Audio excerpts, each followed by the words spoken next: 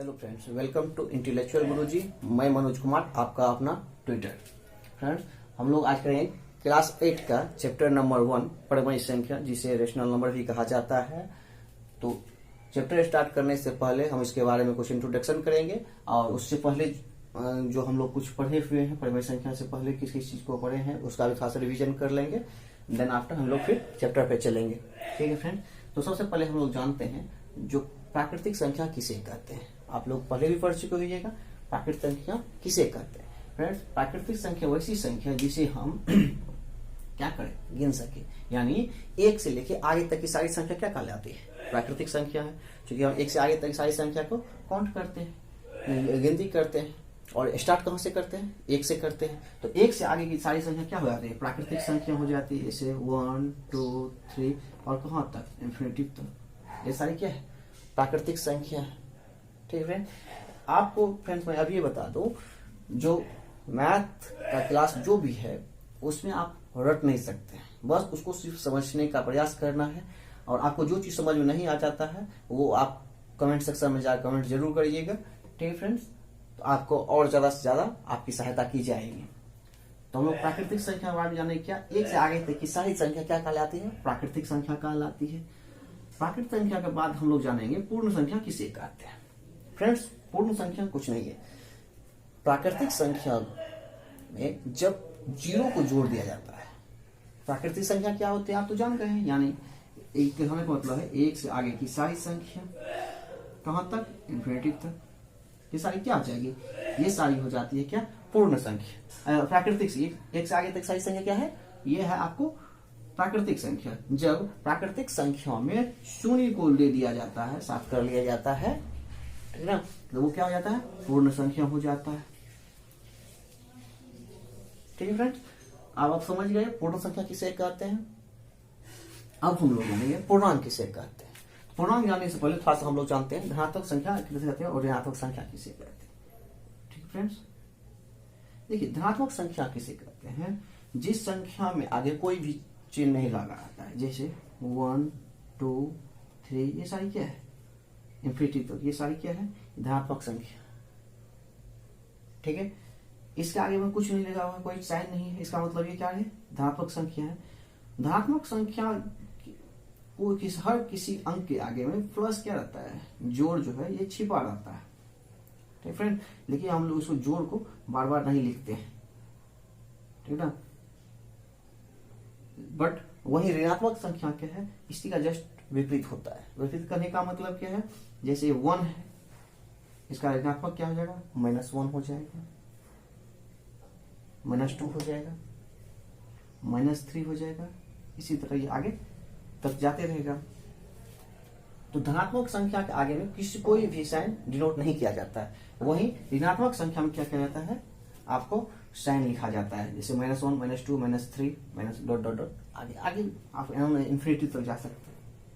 ठीक है फ्रेंड, तो ये धनात्मक संख्या हो गई और ये ऋणात्मक संख्या हो गई। अब आपके मन में आता होगा तो जीरो क्या है, जीरो क्या है, तो जीरो ना तो ये धनात्मक है और ना ही क्या है, ये ऋणात्मक है। ये दोनों से स्वतंत्र होता है, ये ना धनात्मक होती है और ना ही ऋणात्मक होती है। ये कहाँ होता है, ये बीच में होता है। ठीक है फ्रेंड्स, तो अब क्या आता है, पूर्णांक किसे कहते हैं। तो हम लोग जानेंगे पूर्णांक किसे कहते हैं। तो फ्रेंड्स, जब ऋणात्मक संख्या शून्य और धनात्मक संख्याओं को ले लिया जाता है तो ये क्या कहलाता है, ये पूर्णांक कहलाता है। जैसे जैसे देखिए -3 -2 -1 0, फिर 0 से आगे क्या हो जाएगी, धनात्मक संख्या, कहां तक, इन्फिनिटी तक, और लेफ्ट साइड में भी इन्फिनिटी तक।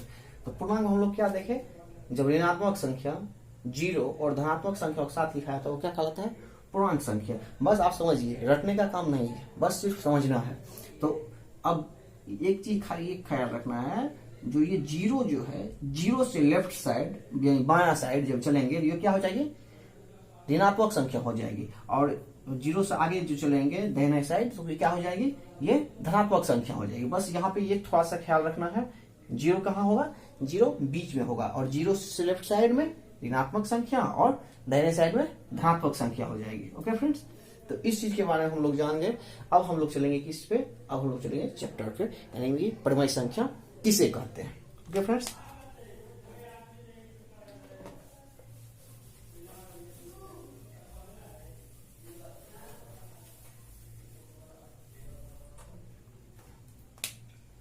परिमेय संख्या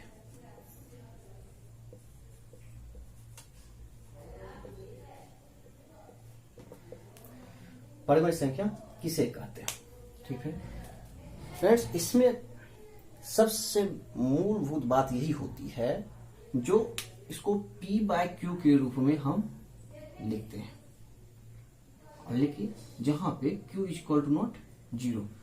परिमेय संख्या के बारे में बस बेसिक चीज यही है। वैसी सभी संख्या जिसे हम P/Q के फॉर्म में लिख सके वो क्या कहलाती है, परिमेय संख्या कहलाती है। जहां पे जीरो क्या हो, Q जहां पे Q जो है वो 0 के बराबर नहीं हो।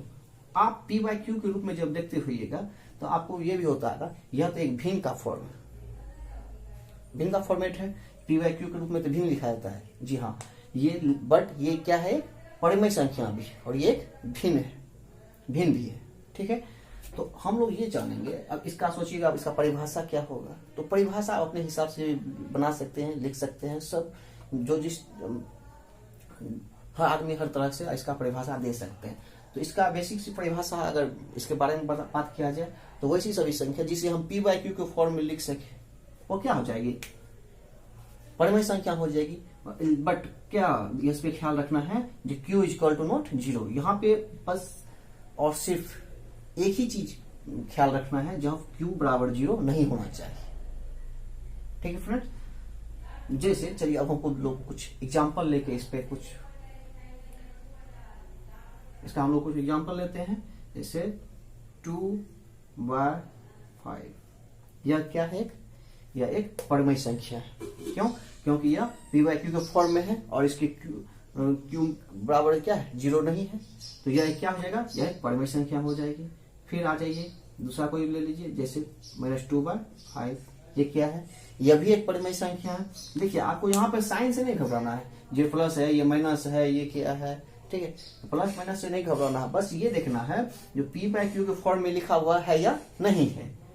अगर इसके आगे में कुछ साइन नहीं है तो ये पॉजिटिव है, इसके आगे माइनस लगा दिया है, इसका मतलब ये नेगेटिव है। इसे ये नहीं घबराना है, साइन से कोई दिक्कत नहीं, बस फॉर्मेट ये देखना है जो P/Q के फॉर्म में है कि नहीं, और यहाँ पे Q बराबर 0 नहीं होना चाहिए। यहाँ पे ये 0 Q है, यहाँ पे 5 है, यहाँ पे 0 कभी नहीं होना चाहिए। नीचे में कभी भी क्या होना चाहिए, 0 नहीं होना चाहिए। ये नीचे करने का मतलब है, सॉरी, यहाँ पे हर अंश व्याकरण होता है ना, तो हर में कभी भी 0 नहीं होना चाहिए। यही परिमेय संख्या है। तो अब आप बताइए 2 क्या है, 2 भी एक परिमेय संख्या है, सही है। क्यों, देखिए अब इसके नीचे में 1 लिख सकते हैं। आप जानते होइएगा जब किसी भी संख्या को जब 1 से भाग दिया जाता है तो उस संख्या पे कोई इफेक्ट नहीं पड़ता है, यानी कि जब 2 को 1 से भाग देंगे तो ये 2 ही रह जाएगी। ठीक है, अब सपोज -2, देखिए हम एक जैसा फॉर्मेट इसलिए ले रहे हैं जिससे कि आपको समझने में अच्छा रहे। एग्जाम्पल इसी तरह से लिया जाता है जो आपको समझने में कोई दिक्कत नहीं होनी चाहिए। तो -2 क्या है, -2 भी ये क्या है, परिमेय संख्या है। क्यों, इसके नीचे में हम 1 लिख सकते हैं। ठीक है, जैसे 0 क्या है। अब आप लोग को सबसे यही ध्यान देना है, क्वेश्चन में यही पूछा जाता है 0 क्या है। ठीक है फ्रेंड्स, तो आपको मैं बता दूं 0 भी एक परिमेय संख्या है। क्यों, क्योंकि इसके नीचे में हम 1 लिख सकते हैं। ठीक है, यहाँ पे कंडीशन क्या दिया हुआ है, Q, यानी हर बराबर 0 नहीं होना चाहिए, नहीं है, 1 है, इसका मतलब ये भी एक परिमेय संख्या है।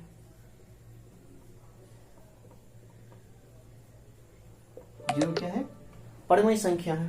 ठीक है फ्रेंड्स, बट यहां पे हम ये किसी की भी हर में 0 Q इक्वल टू 0 नहीं लिख सकते, 2/0 नहीं लिख सकते। क्यों, या फिर 1/0 नहीं लिख सकते। क्यों, क्योंकि इसका मान क्या होता है, इन्फिनिटिव हो जाता है, ये इन्फिनिटिव हो जाता है, इसका आप वैल्यू नहीं निकाल सकते। ठीक है ना, इसीलिए ये क्या हो जाता है, आपको ये परिमेय संख्या नहीं है।